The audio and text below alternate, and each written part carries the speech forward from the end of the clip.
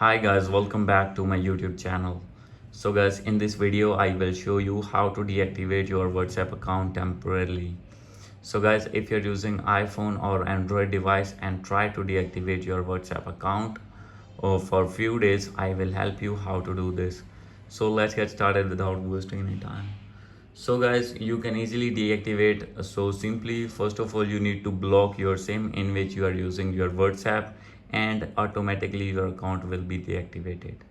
And guys, after some days you can insert your SIM again and you can log in your account again.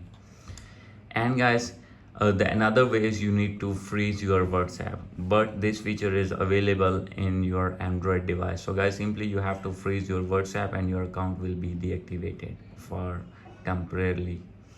And guys, the another way to freeze your account or to deactivate your account is you need to open your WhatsApp, click on settings, click on accounts, and guys, here is the option of delete account. But from here you can delete your account but cannot deactivate. The only way to deactivate your account is you need to freeze your account or block your SIM.